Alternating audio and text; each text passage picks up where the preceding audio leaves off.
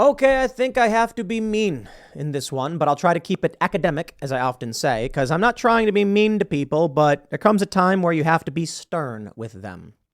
From Human Events, Libby Emmons writes, the new progressive beauty standards of the left are even more unhealthy and unrealistic than those that came before.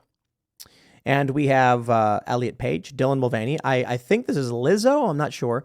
And then you have a man wearing a bra, a biological man who has no breasts, nor is he fat, wearing a bra. All right. Let's read. Libby writes, Lizzo claims that she is the beauty standard. Dylan Mulvaney claims he's hot enough in his Kate Spade dress and hair extensions to steal husbands. Elliot Page, who was previously Ellen Page prior to a double mastectomy and a haircut, is lauded for surgical bravery. Beauty companies and lingerie brands all over are pimping their concealers and bustiers to women using male models and spokespersons. None of these examples of beauty or beauty standards are ones women can truly or healthily live up to.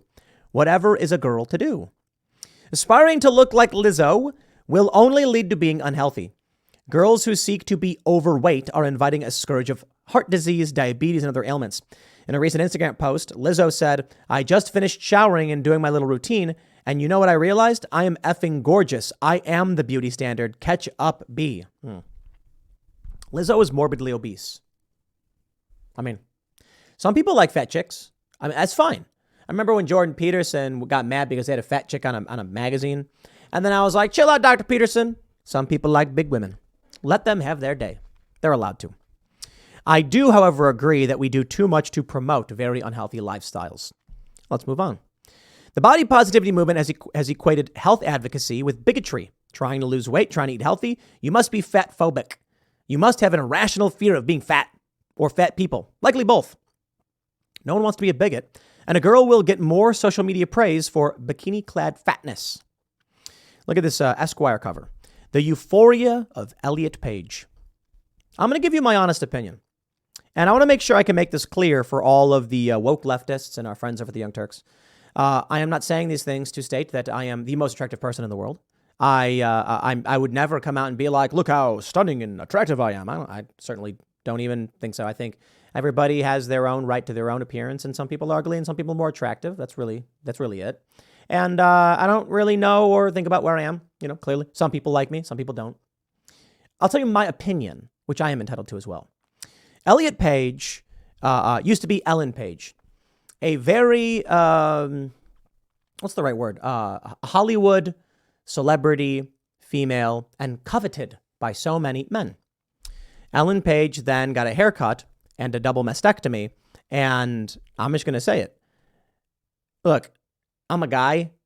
I'm not attracted to guys. Don't care if you are. I can't tell for the most part, but I can tell the difference between like a male model who has like a Hugh Jackman type, a Ryan Reynolds, a Chris Evans, and say a Danny DeVito. I think that's fairly obvious. Now on the scale of Danny DeVito to Chris Evans, I got to say Elliot Page is leaning more towards the Danny DeVito. I'm not saying that to be mean. I am not saying Danny DeVito is an ugly man. I'm saying there's a difference between someone who is like Chris Evans is clearly male model category, whereas, Danny DeVito, certainly not. I think Danny DeVito is an amazing guy. I think he's absolutely hilarious. I love his work. I think Elliot Page also does fantastic work. But my point is just to say, Danny DeVito is not doing magazine covers where he's flexing and showing off his stomach or anything like that. And I don't think Elliot Page is on par with Chris Evans, more leaning towards the other side where this is not something you should be doing, not something the industry typically would support, but they're doing it now for ideological reasons. We then have this, Self, the future of fitness, and it's a morbidly obese woman. What, I don't, look, I'm gonna go for it. Let's go for the 3-pointer. I'm gonna go for the riskier one. I think they just want people to die. That's the only thing I can, whatever. We're talking with Alex Jones on the Culture War podcast, and he said what they're basically doing is they're promoting all of this stuff. And if you're stupid enough to fall for it, you deserve to. That's the way I'm paraphrasing. And I kind of felt that way with everything I see. It feels like the goal, the machine is, they'll put forth two paths. They will tell you explicitly the dangers of each path. if you so choose. So when you're looking at path A and path B, you go, I wonder which one's the right one to go down. Let me look into this. They say right over here is a kiosk. You type in the button, it says path A will harm you, path B will help you. However, once you finally get to that fork in the road, there's a big celebrity being like, dude, go to this one, yeah. And you're like, but that one's the dangerous one. The other one's the good one. Why is the celebrity promoting the bad path? Well, sure enough, there's a lot of people who won't even seek out, who won't try to learn or improve themselves, who won't look for new information, and they're going all down the bad path. It's a sorting algorithm. Give it time, and what happens? People who are stupid enough to eat themselves to death are less likely to have kids. The future will end up being more conservative and more religious. That is just math. And then I hear the conservatives say, yes, but Tim, they're coming to indoctrinate our children. And I'm like, that's exactly what I'm talking about. If your kids or you are not smart enough or capable enough to protect them, they don't care. Maybe that's what you're worried about. Your kids will fall victim. You need to make sure you teach your kids and you let them understand how to live a good life and be healthy. Take a look at this from Honey Burdette. This was a big deal because this company apparently, I don't know about if it's Honey Burdette, but the company with the lingerie lost a major influencer because they're doing this ad campaign where it's a man wearing a bra. He doesn't need a bra. This makes no sense. Bras exist to hold women's breasts, to give them support. Okay. Honey Burdette featured a non-binary male to sell women's lingerie, despite the company claiming to be made for women by women. So they have a guy wearing a bra. I seriously don't, I don't get it.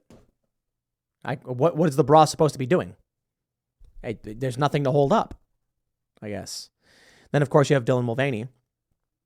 Girls who want to look like Mulvaney, Lizzo Page, or these new male lingerie models would also have to aspire to drastic unhealthiness. To look like Mulvaney, a girl could starve herself, have her curves amputated, get hair extensions, and then try to look vaguely feminine. To look like the non-binary gent in the women's undergarments would be entirely impossible without breast removal, pec implants, and massive doses of testosterone to get a mustache like that. Is there a mustache in there? Well, I don't know if this dude has a mustache or anything like that, but the point is, I think it's all just falling apart. That's what I think. I think the machine is crumbling. I think it is,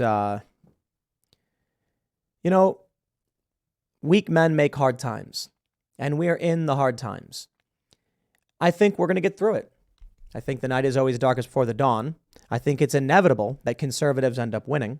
I think Muslims are probably going to dominate in a short amount of time because they tend to be much, much more conservative and have a lot more kids than even American Christians.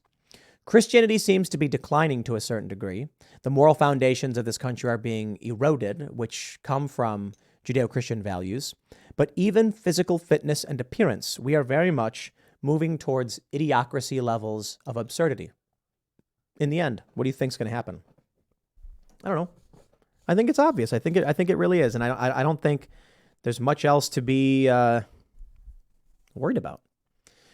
If you leave the city, if you teach your kids to be a good person, if you have many kids, in 20 years, those kids will vote and you'll win. To bolster the Republican vote, you need only make sure your kids are being kept away from these institutionalized learning facilities. And right now, there are a lot of moderate conservative types who are cheering that their kids are going to these schools. They got to get their kids out of these places. That's the key, my friends. Otherwise, this will be your son. And if you don't care, I'm more power to you. You don't have to care if you don't want to. But this to me is strange. I'll explain why. 1, don't care that he does it. You can live your life. I'm fairly libertarian. The question is, why does he aspire to this? What in this man's life made him want to wear a bra? The question I ask is because the bra doesn't do anything. In fact, my understanding is that many women don't like bras. This man has something inside of him that makes him want to wear a bra despite not needing it. Why? There are leaders and there are followers, my friends. And I suppose followers just want to be like everybody else. But leaders think for themselves. Be a leader. It's important to listen to your friends, to your family, to get guidance from those you think can offer real advice. But it's also important not to walk down a path where you're just trying to emulate something like that. I don't have all the answers for you. I can just point this out and say, whew, the times they are a-changing. I'll leave it there. Next segment is coming up at 8 p.m. over at youtube.com/TimcastIRL. Thanks for hanging out, and I'll see you all then.